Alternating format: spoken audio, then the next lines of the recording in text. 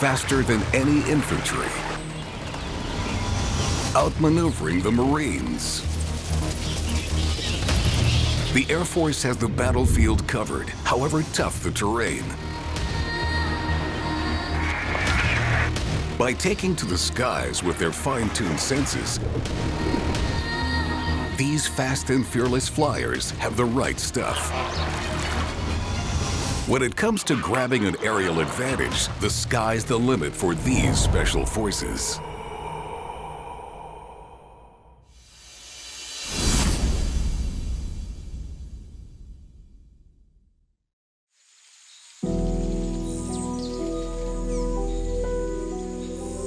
A sweeping vista is all this airman needs to perform his precision maneuvers.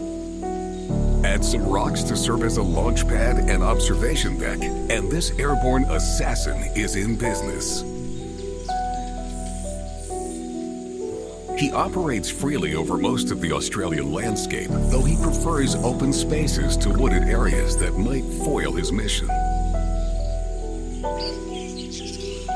Australia's largest bird of prey scouts whatever moves beneath his perch, carefully targeting who will die. This angel of death is the wedge-tailed eagle. They don't call him Eagle Eye for nothing. His vision is up to 8 times more acute than ours, and with it, he pinpoints his prey. Once locked on, he gets airborne, never losing sight of his target. The instant he gets the all clear, he strikes with his massive talons.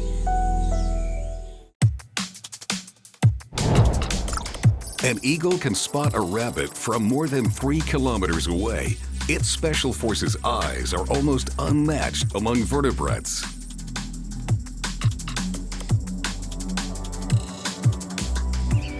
Although an eagle may only weigh around 4.5 kilograms, its eyes are about the same size as ours. Of course, these precision instruments need regular maintenance. It's provided by a nictitating membrane, a third inner eyelid. It wipes the eye every 3 or 4 seconds, sweeping dirt and bacteria away. It also shields the eye during flight and while diving through the air. The membrane is translucent, so the pilot can see through it when it's closed. This Top Gun spies a rabbit. As he plunges from the sky to attack his prey, the muscles in his eyes continuously adjust the curvature of the lens. These micro-adjustments maintain sharp focus and accurate perception throughout the approach and attack. And that's too bad for the rabbit. The eagle's 2 fovae, or centers of focus, allow the bird to see both forward and to the side at the same time. Its eyeballs, heavier than its brain, move separately, but they're too big to rotate much in the socket. A structure of the eye called a pecten may help nourish it, perceive motion, shield the sun, and detect magnetic fields. In North America lives another Special Forces flyer, the patriotic bald eagle.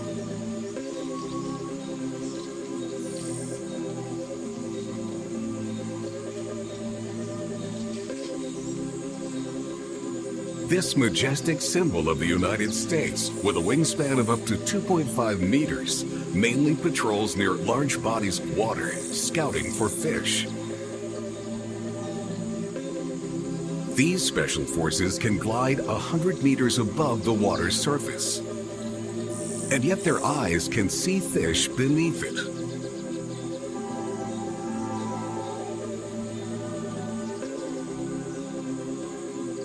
That's an extraordinary feat, since most fish are counter-shaded, camouflaging them against air raids.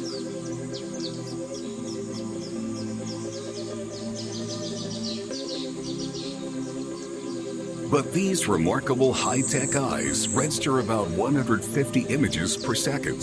What we see as seamless motion, the eagle registers as a series of slow pictures, giving it ample time to lock in on a target.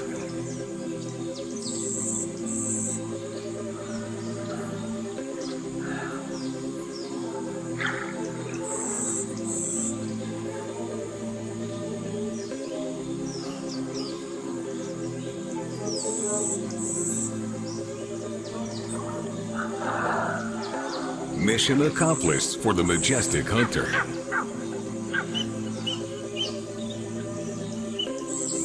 These Special Forces air warriors are made, not born. Young eagles can't see below water until they've grown a little older. An eagle without its eyesight is like a plane without an engine. His life and livelihood depend on it staying in good working condition. Fortunately, these aerial warriors don't seem to be subject to common problems like nearsightedness or farsightedness from which other creatures might suffer.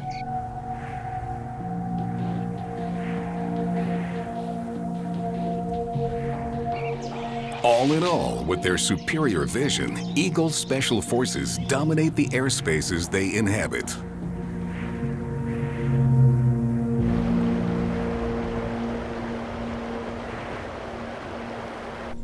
For our next Air Force, we don't have to travel far from the bald eagle's nesting sites. This fleet is famed not for its ferocity, but its endurance. Their flight plan covers most of North America during summer months, but they tend to touch down at one very specific southern location in the winter.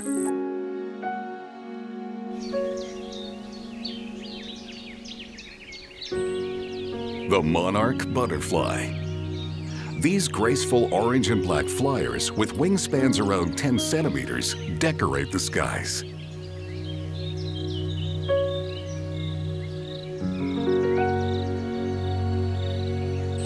Their precise and epic annual migration is unique among insects. Their autopilot for their more than 4,000-kilometer journey locks onto the Earth's magnetic field and reads UV light through their specialized antennae. But before they can earn their wings, they must be born several times. As larval cadets, they're called caterpillars, munching on toxic milkweed leaves. They're voracious eaters, each one capable of consuming an entire milkweed leaf in less than 5 minutes. Each caterpillar is on a mission to gain 2,700 times its original weight. This prepares them for the next stage of their training. When they've eaten their fill, they suit up and become the chrysalis.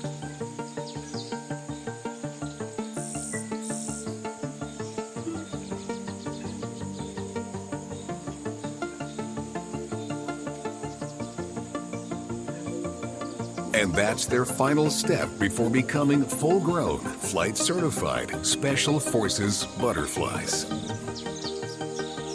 And that earns them a special privilege, the right to mate. This one won't be mating here now. Instead, he'll set out on his migratory mission and wait for spring.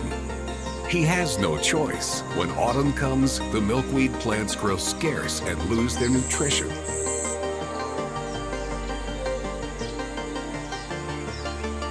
Plus, the cold can kill him, so he'll follow the warmth. The Monarch Air Force numbers in the millions as they plot their course to sunny Mexico. They never need a flight chart. Their multi-purpose antennae are all they need to orient themselves. Parts of the antenna are sensitive to the scent of their fellow pilots for an in-flight communication. Other light-sensitive areas track the sun, while others sense temperature, wind direction, and the planet's magnetic field. All of this instrumentation works together to help these special forces navigate around hazards and flawlessly find their destination. During their 5 months in Mexico, monarchs remain grounded, enjoying a well-deserved rest. From November to January, they'll hang together and won't move a muscle.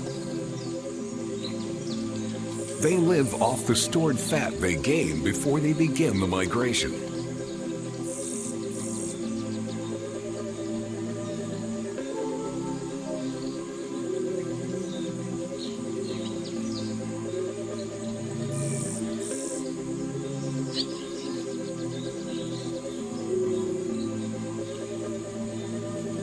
By mid-February, when the weather starts to warm, the huddled butterflies begin to peel off and search for nectar.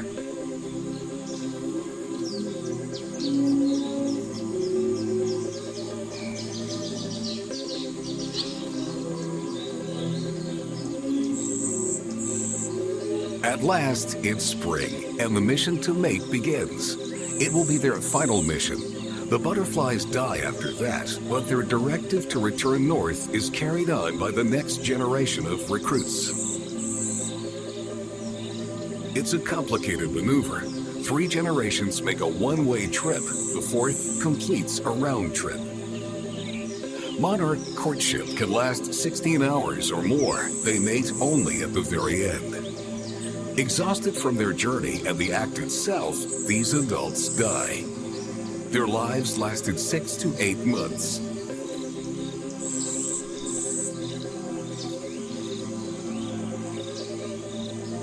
In a few weeks, the caterpillars will don their flight suits to rule the skies.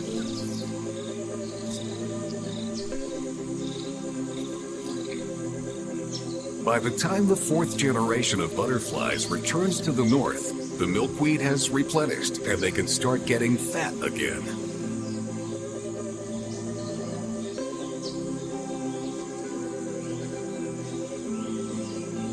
Only monarch butterflies conduct this mysterious multi-generation migration thanks to their infallible onboard magnetic guidance system.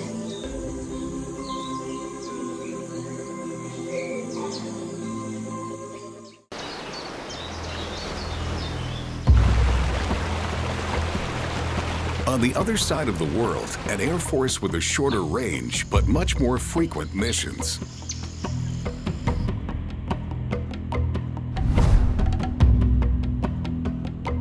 The Australian jungles are home to a squadron of specialized pilots. Fruit bats. As their name suggests, this larger breed of bat fuels up on fresh fruit juices rather than chasing down insects.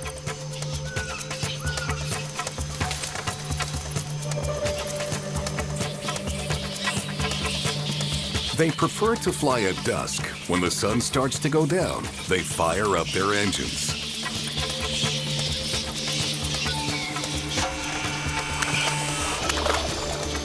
Every evening, they travel from their roosts to their feeding grounds and back, navigating by smell for long-range missions and by vision on closer range.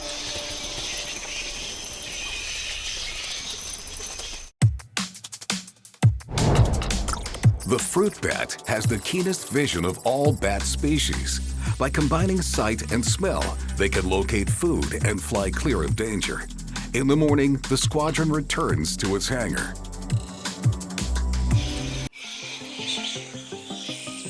In all this commotion, it's hard to locate fellow flyers.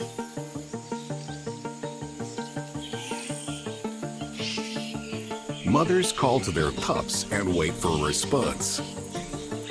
Unlike bug hunting bats, fruit bats don't echolocate.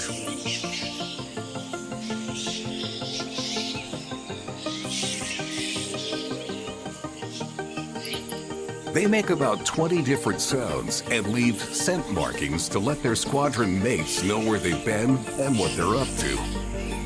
Their eyes work very well, both by day and by night.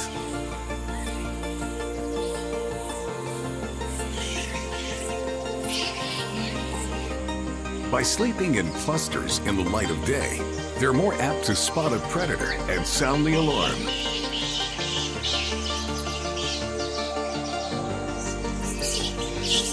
Their biggest enemy, the white-bellied sea eagle, wages an aerial assault on any bat that hasn't reached the safety of the hangar.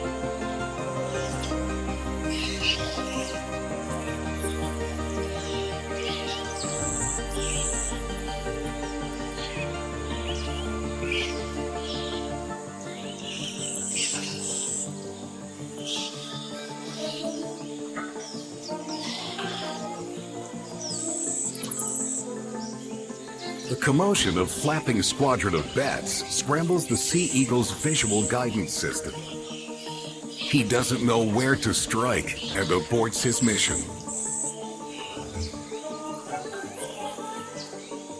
But he's a very patient adversary and will bide his time until he sees a fruit bat lagging behind the rest.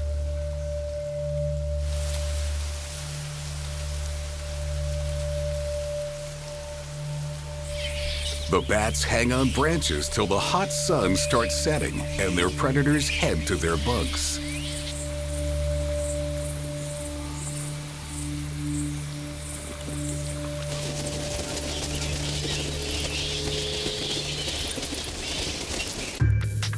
Fruit bats can roost as far as 60 kilometers from their feeding grounds.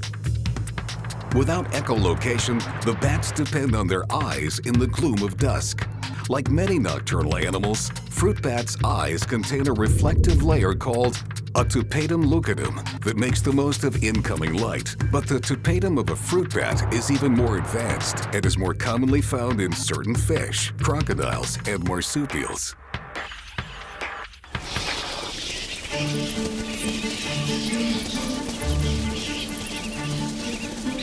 The Air Force has reached its designated target. The bats will spend all night eating. The bats crush the fruit with their blunt teeth and suck the juice and soft pulp. As they chew, they spit out the seeds and in the process plant new trees. Their furry flight suits collect pollen grains, which the bats unintentionally spread during their fruit-gathering patrols.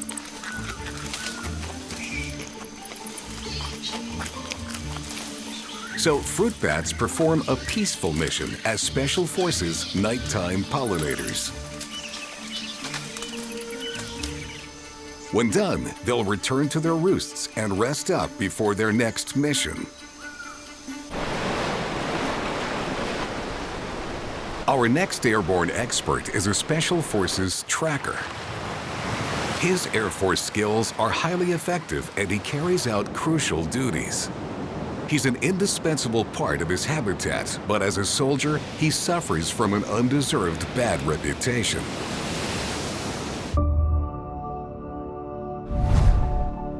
Inhabiting most of the so-called New World, members of this Air Force are a world-class cleaning crew.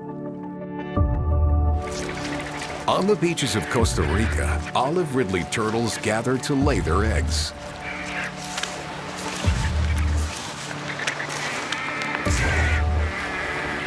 While the event is an open invitation for predators, this Air Force has a different mission in mind: black vultures.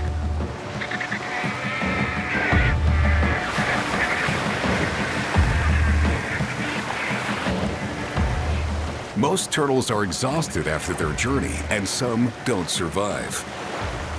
That's what the vultures have come for.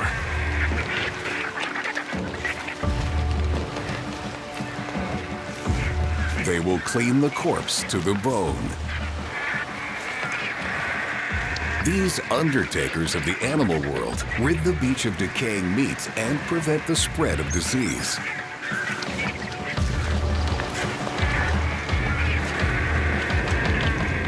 To locate their food, they use their nostrils.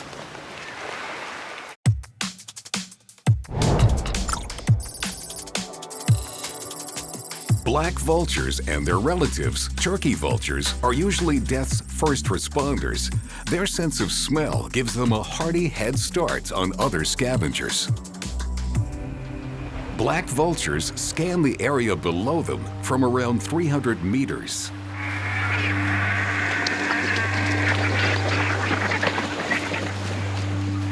This Air Force patrols beaches where vegetation is scarce, supplementing their scent detection with a bird's eye view. But death isn't always on the menu.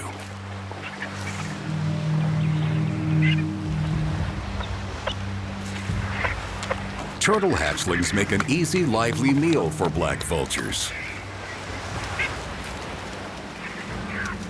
They know the same beaches where the turtles laid eggs will soon produce thousands of defenseless hatchlings. It's something they can always depend on, as inevitable as death. Only a few turtles manage to escape these predators.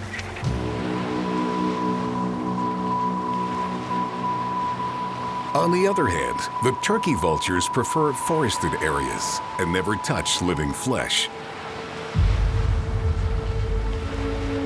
On patrol, gliding high in the thermals, this Air Force tracks plumes of odor wafting up from decaying animals.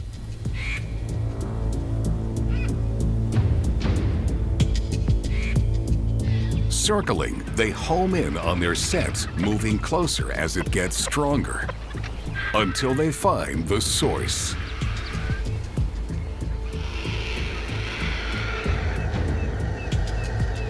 Today, it's an easy mission, a deer carcass out in the open.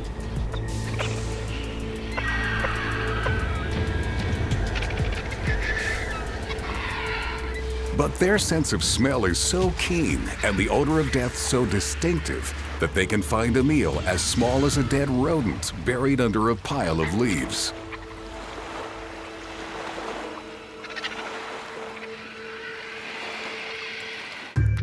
The turkey vulture patrols around 30 meters above the ground while searching for food. He hones in on the scent of ethyl mercaptan, a gas produced as flesh just begins to decay. He can probably discern it in concentrations as dilute as a few parts per billion. The turkey vulture's nostrils and olfactory bulb are larger than the black vulture's. That anatomical difference gives turkey vultures an advantage over black vultures, who they might compete with.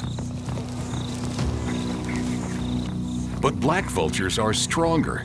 The turkey vulture squadron might arrive on the scene first, but they must chow down fast or risk being chased away. Though practically anything dead is fair game to a vulture, turkey vultures prefer freshly dead mammals if given a choice. They hold the cadaver down with their blunt talons as their sharp beaks tear into it. Their bald heads have no feathers to get soiled when they stick their heads inside the carcass. Vultures couldn't perform their special forces work without a strong immune system. They seem to be resistant to most foodborne diseases like anthrax and cholera, and by consuming spoiled meat, they prevent disease from spreading. Vultures are an air force that thrives on foul air. They're a disrespected but indispensable cleanup crew. Staying in the New World, we're enlisting a Special Forces pilot with amazing aerial acrobatic skills. A pilot who can hover like a combat helicopter.